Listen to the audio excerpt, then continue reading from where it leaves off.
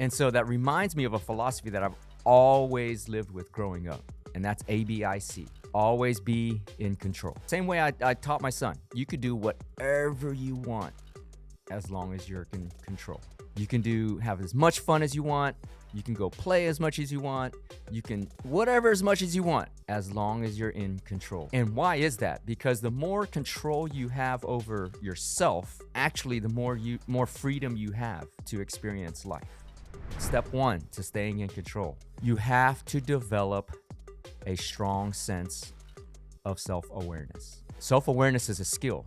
Self-awareness is understanding where you are relative to your environment. I know I might get out of control, so I'm planning my brain to have a heightened self-awareness of when I might be on the edge of losing control. So with that heightened awareness, then I know I can pull back. Or for example, again, I might be going out with some friends and I know I'm gonna have a few drinks. I'm gonna intentionally pace my drinking so that I don't lose control.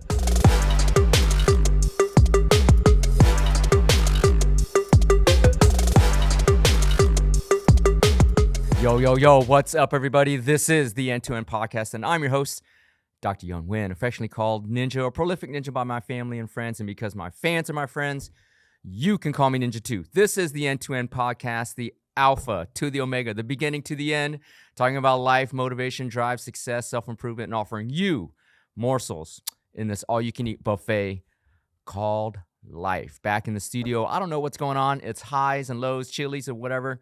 My throat is a little congested, so forgive me if I sound a little bit nasally today, but glad to be back in the studio. We are rolling.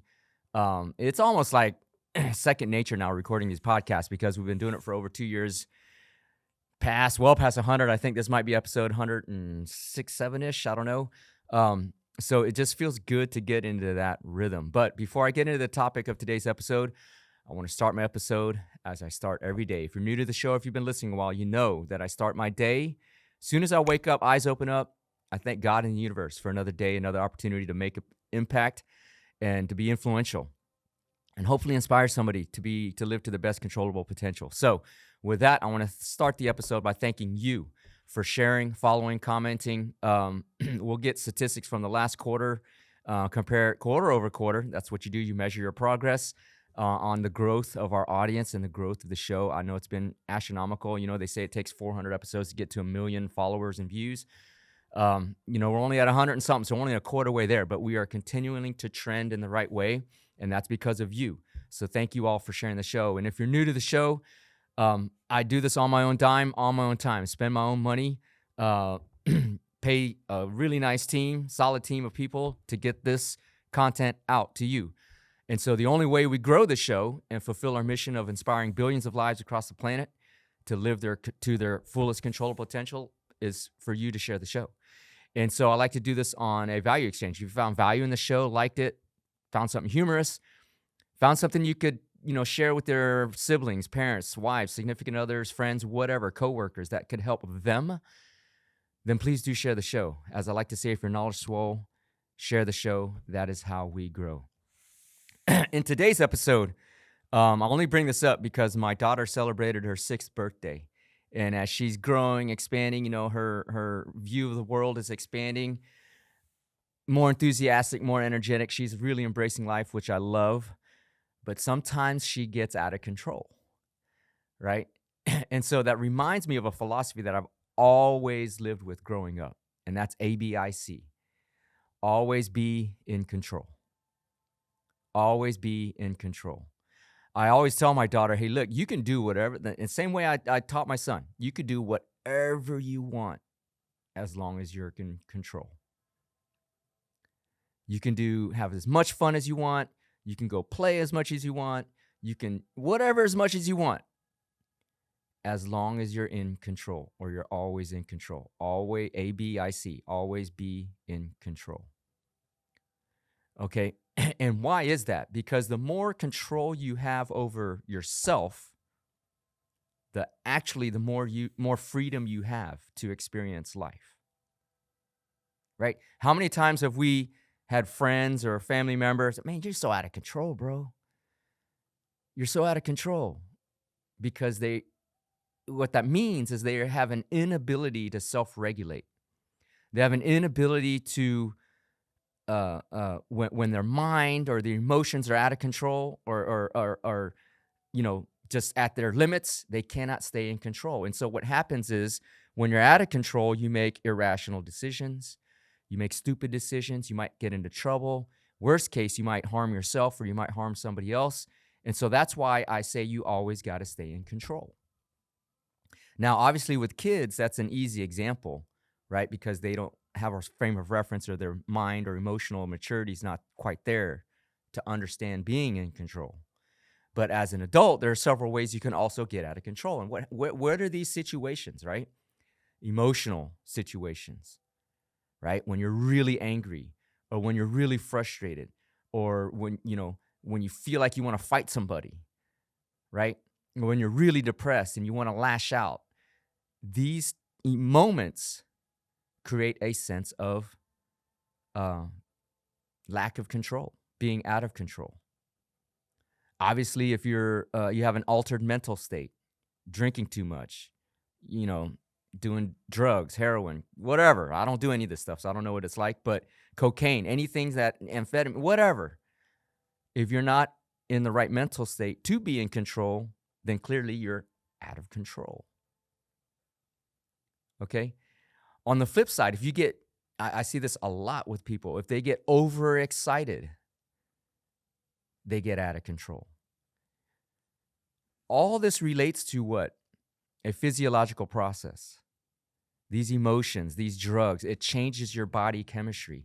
Your adrenaline surge, you're vasodilated, your wiring and your circuitry in your brain is going different.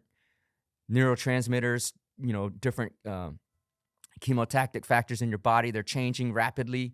And so you have this crazy sense of being out of control, right? But the problem is most people don't recognize when they are out of control, right? And therefore they end up again doing something bad and an accident happens. Same thing with driving fast. I'm in a supercar group, guys. You have guys with experience. They understand how to control speed. So they have a much better time, a much more fun time when they're out at speed versus less experienced drivers who are at speed, but then their adrenaline kicks up. They're all, palms are sweaty, all this thing, and then they're just driving out of control. These, what do you call them? These car gatherings where dudes are these takeovers where they're spinning out of control, and running into people or crashing. That's being out of control, right? And then sometimes the environment, you're in a crowd, everybody else is out of control, so you lose control of yourself because you want to get in with the crowd. All ends up poorly. Crashes, accidents, you do harm to yourself, you do harm to others, major life-changing consequences sometimes. So it is very, very, very important to remember the ABIC, always be in control. Because the moment you're out of control is the moment things can come crashing down on you.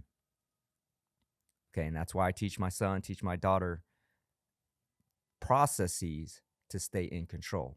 And what are these processes, right? Step one to staying in control. You have to develop a strong sense of self-awareness. Okay?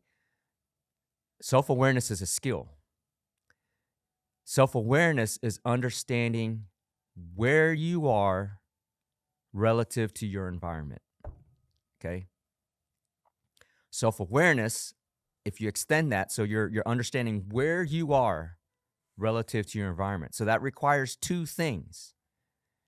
It requires slowing down to know where you are, and then an outside perspective looking at yourself. I know it sounds crazy, but it's looking at yourself in the third person. Now, I'm not saying create a second personality of yourself. I'm saying you have to elevate your view of yourself as if you're looking at yourself as a third person. Why? Because that's how everybody else is perceiving you.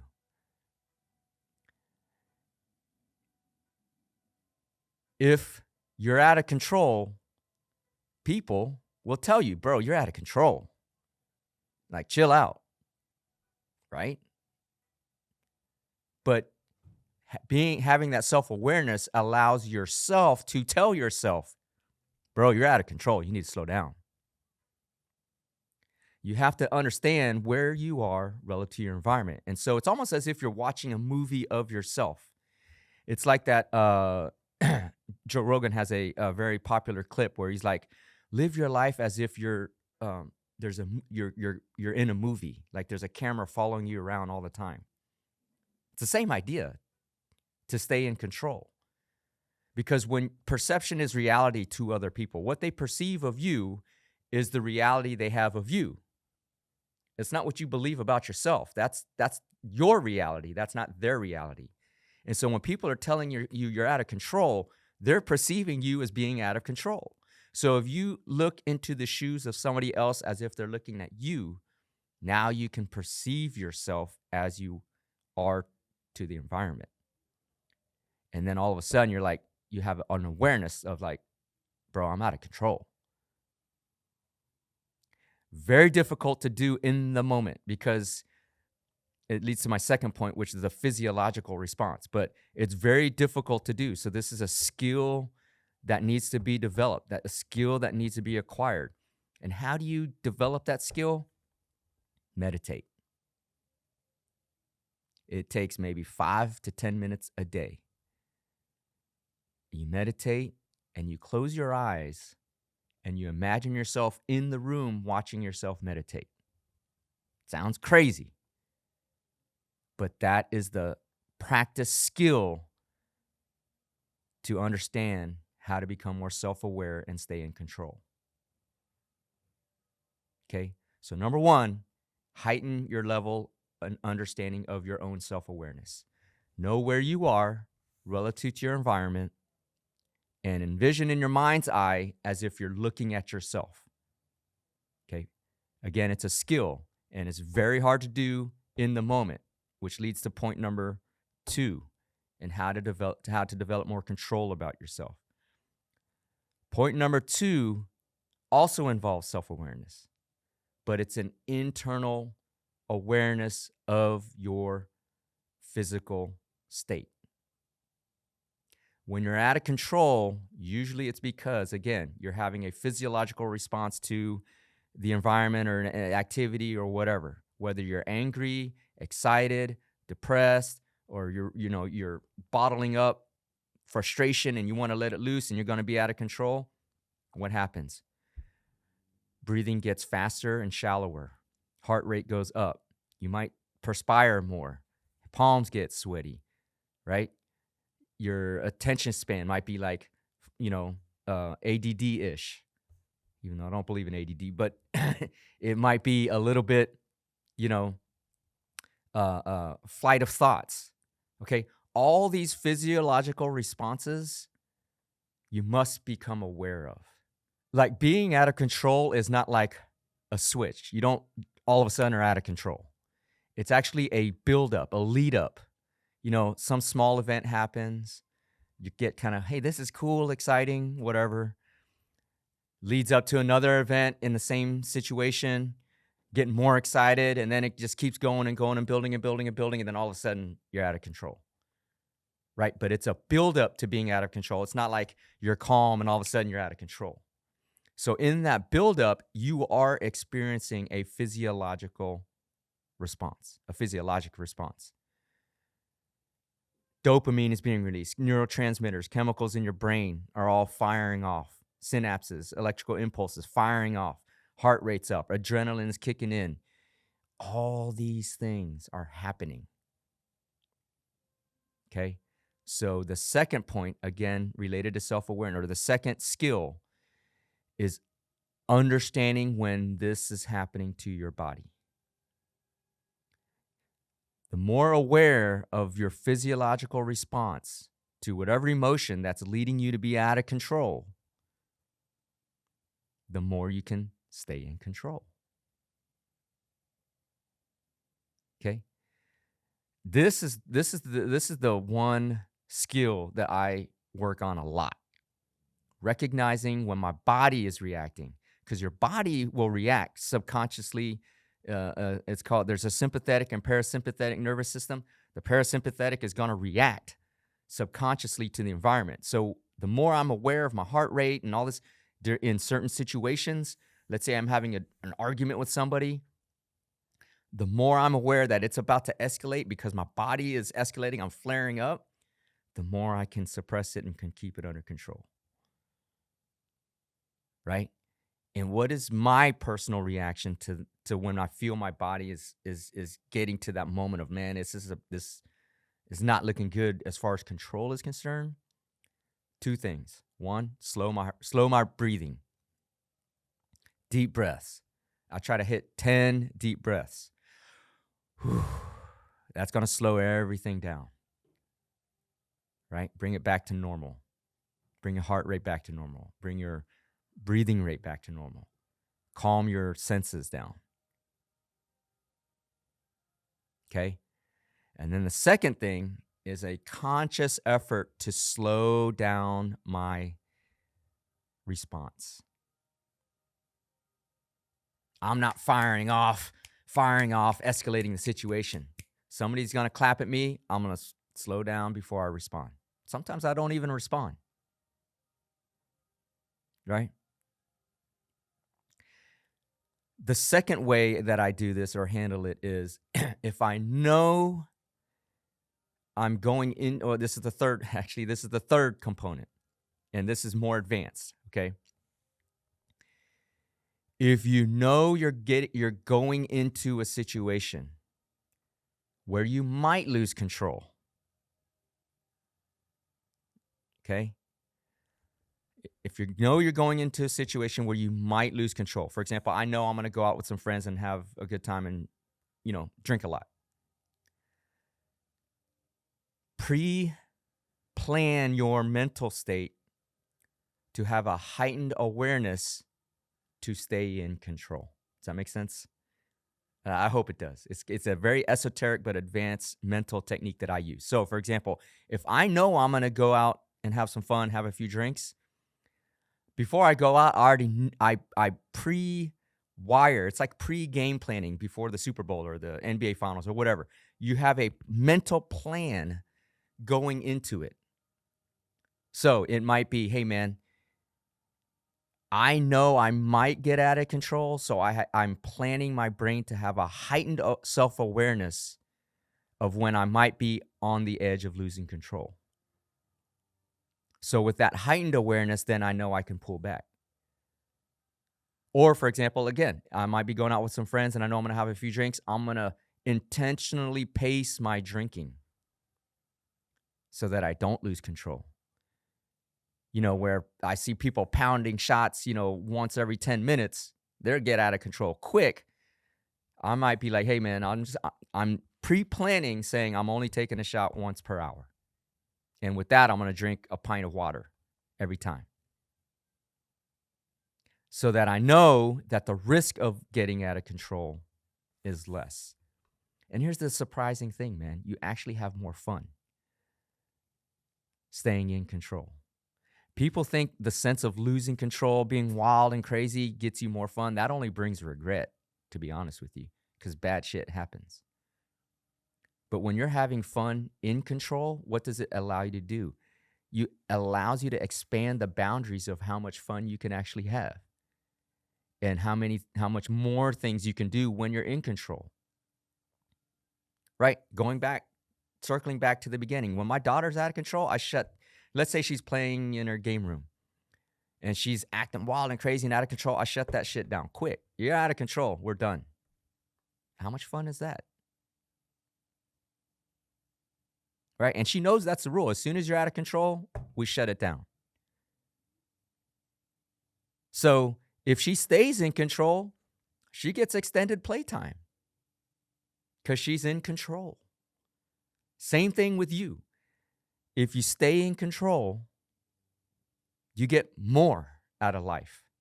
You're allowed to get more and do more out of life, right?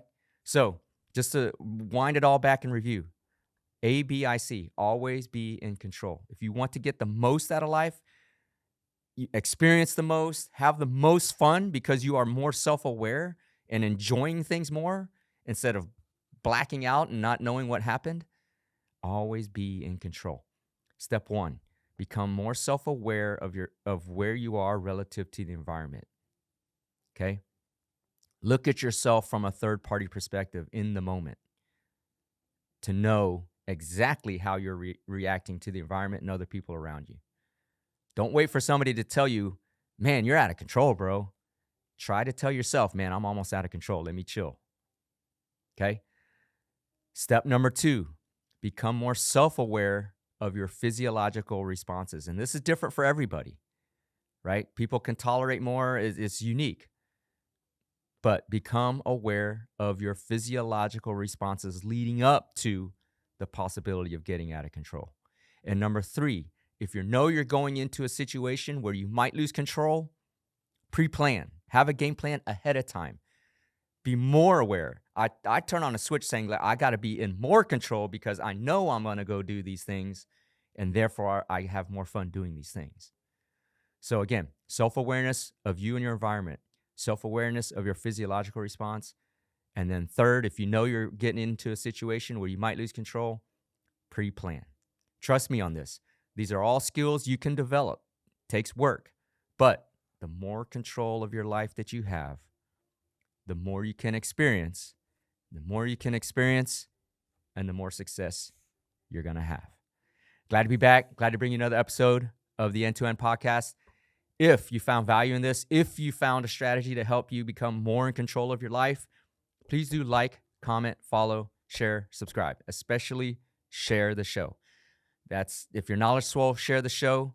That's how we grow. That's how we grow because we're doing this together and spreading the word around the world to inspire billions of people across the planet to live to their fullest controllable. That's why I say controllable potential.